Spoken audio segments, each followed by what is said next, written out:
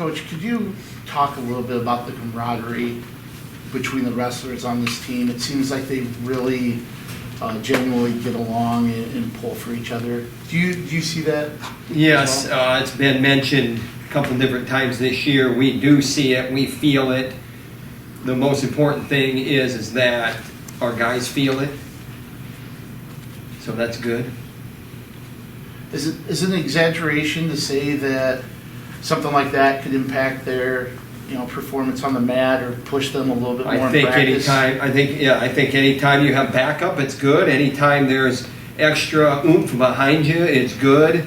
A lot of times in athletics, and even high-level athletics with elite mentalities, there's pettiness and sometimes bitterness and jealousy. And I think there's probably some jealousy there, but it's healthy jealousy.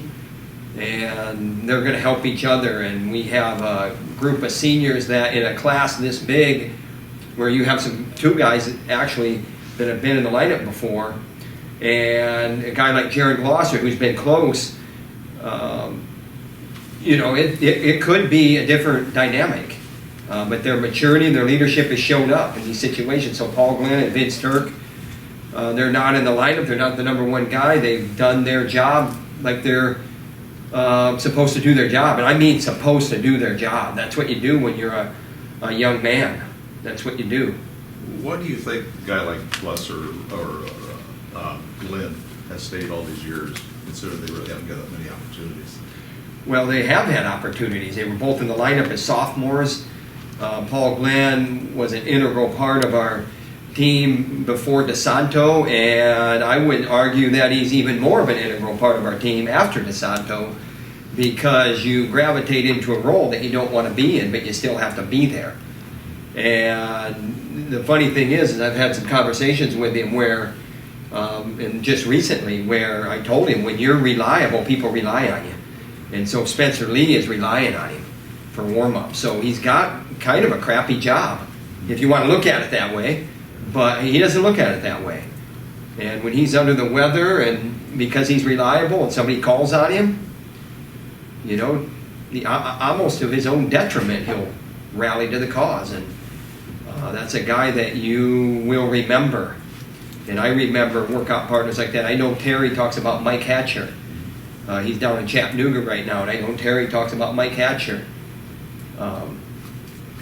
being reliable for him and those types of things. So, our alum in the past have been important that way, even the guys' names that aren't on the wall, in the roles that they've played, and it's not always the case. So it's probably something that we should enjoy, and it's good that you're asking the questions about it, because it doesn't always happen that way. We've had some cases where we've had some ninnies, and ninnies don't belong in elite level mentality organizations. Could you explain a little more what a ninny is? A ninny. Okay. A ninny. Yeah, A guy that complains and cries and whines and pisses and moans. And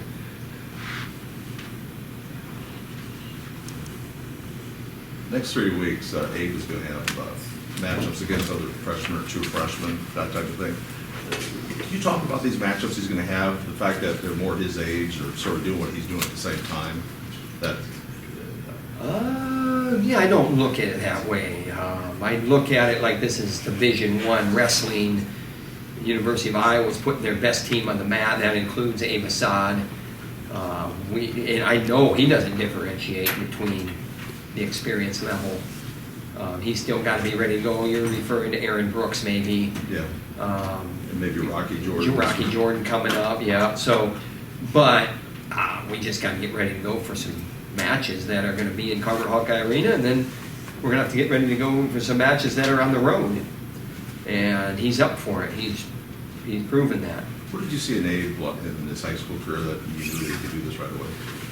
I think you see a guy got better in an environment that favored a work ethic.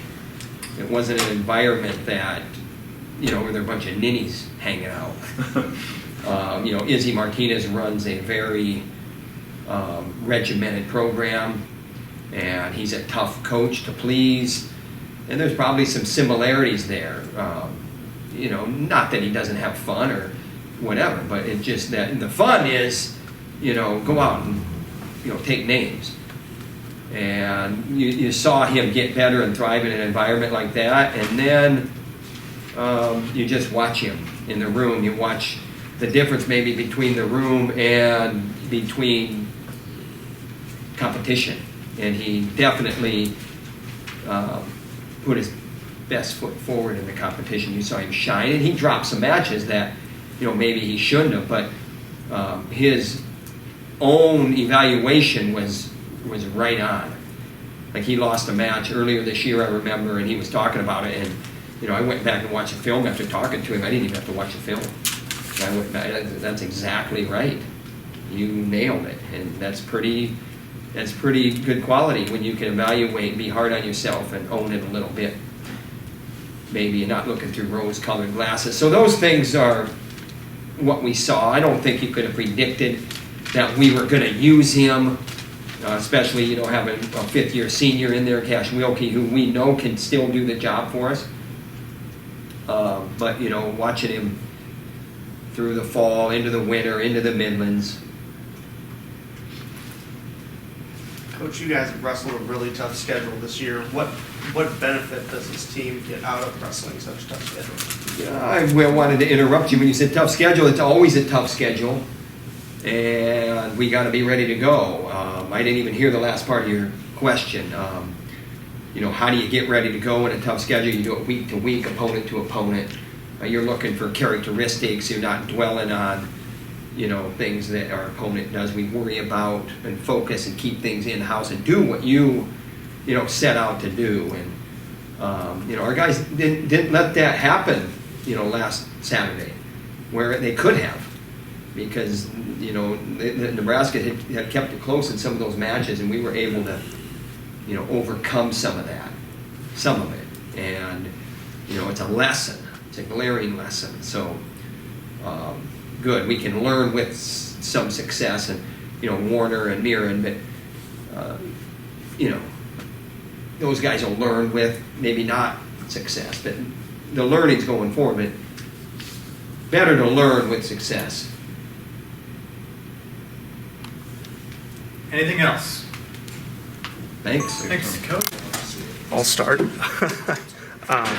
What benefit do you guys kind of get from wrestling in the Big Ten? It's kind of the best conference for wrestling in the nation. I think majority of the top-ranked wrestlers are in the Big Ten at my weight, and same for all the other weights. Big Ten's a great conference, and so we got dual meets like we are coming up. It's awesome. So Penn State, Ohio State. So yeah. Why do you think the quality is so good in the con? Is everyone just trying to flock to the Big Ten? Yeah, I think I don't know. I don't know. Everyone wants to go to a big conference school, and Big Ten's leading the nation every year, I think. So yeah, probably. What lessons can you take away from last Saturday going into this next duel? If I'm moving my hands and my feet, it's hard to beat me. So if I'm moving my feet, my hands, I'm not stagnant. I'm ready for his attacks, and so I can react better to what the guy has. And so I'm not going to speak for the team because Tom's got that. But as for myself, just keep moving, keep circling, stay on the guy, on him hard. These guys don't want hard; they want to snake you in the end, and that's kind of what my takeaway is.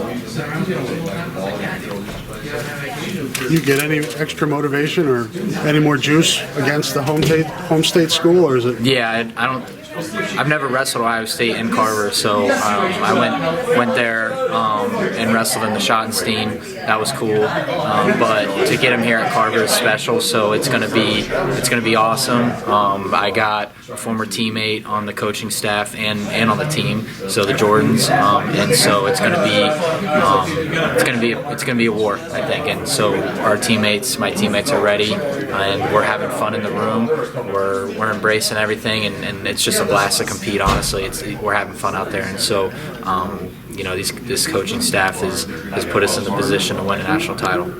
So.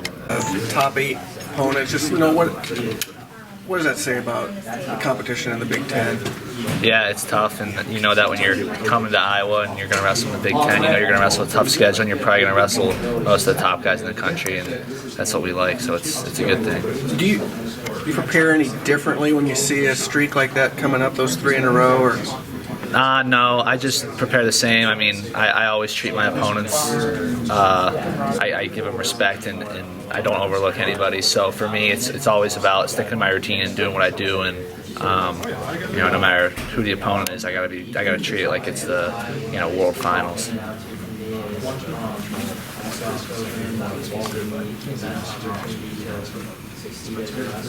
You ever faced this guy before? I think I wrestled him in high school. I think I beat him once in high school a couple years ago, though. I mean, that's completely different. It's college wrestling now, so you haven't wrestled in college.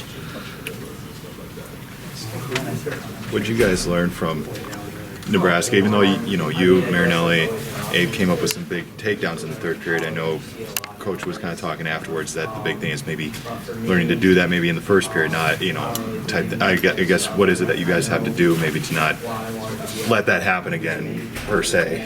Yeah, we just got to stick to what we do, and we got to be patient, and we got to know. I mean, like people have talked about, guys are coming in here with the strategy to beat us. We're the #1 team in the country. No one's gonna come in and not treat it like the most important match. This match for other teams is circled and highlighted on the schedule, and so we got to know that when guys are coming in here and they're coming to our arena to. They like the big crowd. They want to pull off the upset and stuff. So we just got to be ready to go and know what we're going into every single week. I mean, this is a big match for these other teams, and it's a big match for us. We just got to realize it.